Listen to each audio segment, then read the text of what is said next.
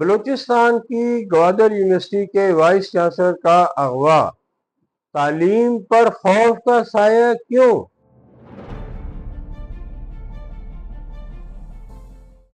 अस्सलाम वालेकुम नाज़रीन, मैं हूं आपका होस्ट उमर फारूक और आप देख रहे हैं मेरा digital channel Umar Farooq official. आपसे गुजारिश है कि यूट्यूब पे ये चैनल सब्सक्राइब कर लीजिए। नाज़रीन, आप हमें टिकटॉक, इंस्टाग्राम, फेसबुक और व्हाट्सएप पे भी फॉलो कर सकते हैं।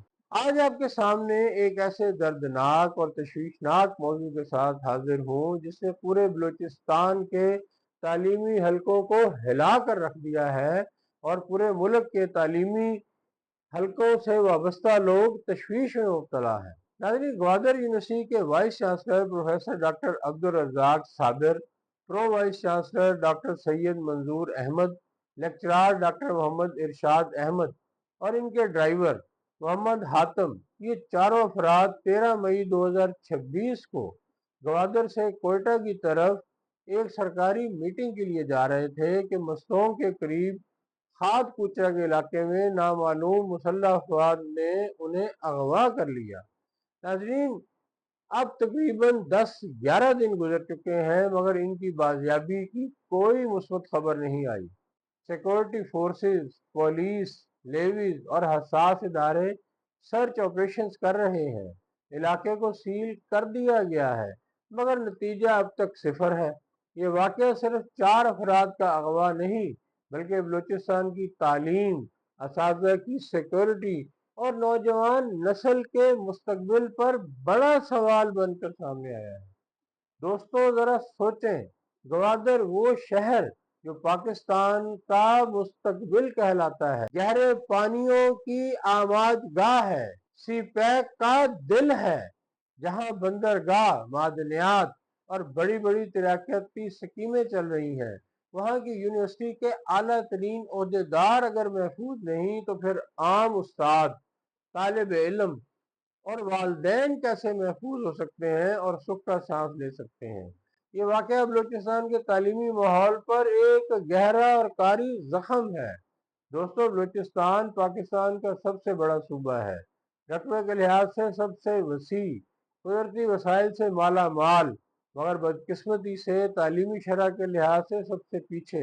हजारों बच्चे आज भी स्कूलों से बाहर हैं, दूर दराज इलाकों में उस्ताद पहुंचने से कासिर हैं। सिक्योरिटी के मसाइल, सड़कों की खराबी, बुनियादी सहूलियात का फुकदान, ये सब पहले से चल रहे हैं। ऐसे में जब यूनिवर्सिटी के वाइस चांसलर जैसे अहम शख्स को अगवा कर लिया जाए तो पूरी तालीमी बरादरी खौफजदा हो जाती है। इस वाक़े के बाद बलूचिस्तान भर की यूनिवर्सिटियों में एहतजाज शुरू हो गए हैं।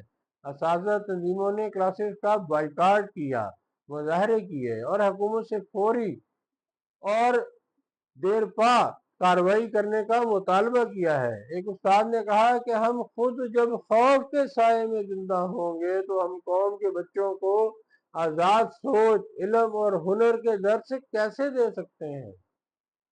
ये बात बिल्कुल दुरुस्त है। तालीम का काम सिर्फ किताबें पढ़ाना नहीं बल्कि एतमाद पैदा करना है, सोचने की सलाहियत को उजागर करना है और मुस्तकबिल की बुनियाद रखना है। अगर उस्ताद खुद गैर महफूज हो तो ये सब मुमकिन नहीं। दोस्तों, हुकूमत बलूचिस्तान और वफाकी हुकूमत से अवाम ये सवाल पूछ रहे हैं कि आखिरकार सिक्योरिटी के बड़े दावों का क्या नतीजा निकला? सी पैक पर अरबों रुपए खर्च किए जा रहे हैं, तरक्याती प्रोजेक्ट्स का तज़किरा किया जाता है मगर अहम शाहराहों पर सफर करने वाले ही महफूज नहीं। कोयटा कराची हाईवे पर N25 मस्तों का इलाका है जो निस्बतन हसास समझा जाता है, फिर भी इतना बड़ा वाकया क्यों रूनुमा हो गया? सोशल मीडिया पर भी इस खबर ने तूफान बर्पा कर दिया है। लोग हुकूमत, वज़ीर आला बलूचिस्तान और वफाकी वजारत दाखिला से फौरी बाजियाबी का मुतालबा कर रहे हैं। कई सहाफ़ियों, सियासतदानों और इंसानी हकूक़ के कारकुनों ने इसे तालीम पर हमला करार दिया है।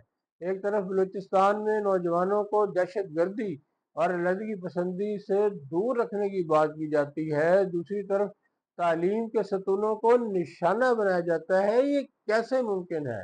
दोस्तों, ये पहला वाकया नहीं, पिछले कई सालों से बलूचिस्तान में असातिज़ा, डॉक्टर्स, इंजीनियर्स اور सहाफ़ी अगवा हो रहे हैं, धमकियों का शिकार हो रहे हैं। कुछ गिरोह जानबूझकर तालीम और तरक्की को निशाना बनाते हैं ताकि सूबा पसमानदा रहे। मगर सवाल ये है कि रियासत इस चैलेंज का मुकाबला करने में कितनी संजीदा है। क्या सिर्फ सर्च ऑपरेशन काफ़ी हैं?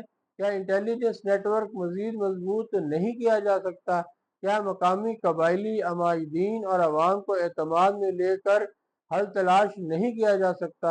अगर हम हकीकत पसंदाना बात करें तो बलूचिस्तान में सिक्योरिटी का बहरान गहरा है। सड़कें गैर महफूज, इलाकाई तनाज़ात, बैरूनी मदाखलतें और मकामी माफिया सब मिलकर तालीम और तरक्की की राह में रुकावटें डाल रहे हैं।